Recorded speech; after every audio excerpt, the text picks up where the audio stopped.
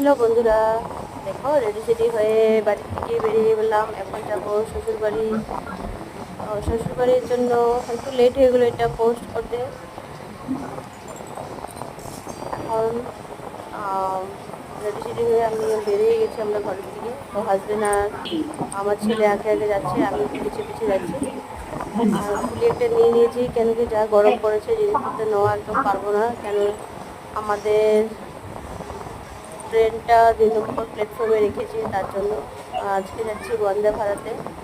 তো এখন যাবো বন্দে ভারতে উঠবো, কিন্তু এখন থেকে গেটটা খুলিনি। তো আমরা ভাবছিলাম যে অনেক লেট হবে, ঘরের থেকে স্টেশন খুবই দূর আছে, তার জন্য আগে আমি বেরিয়ে পড়েছি ঘরের থেকে।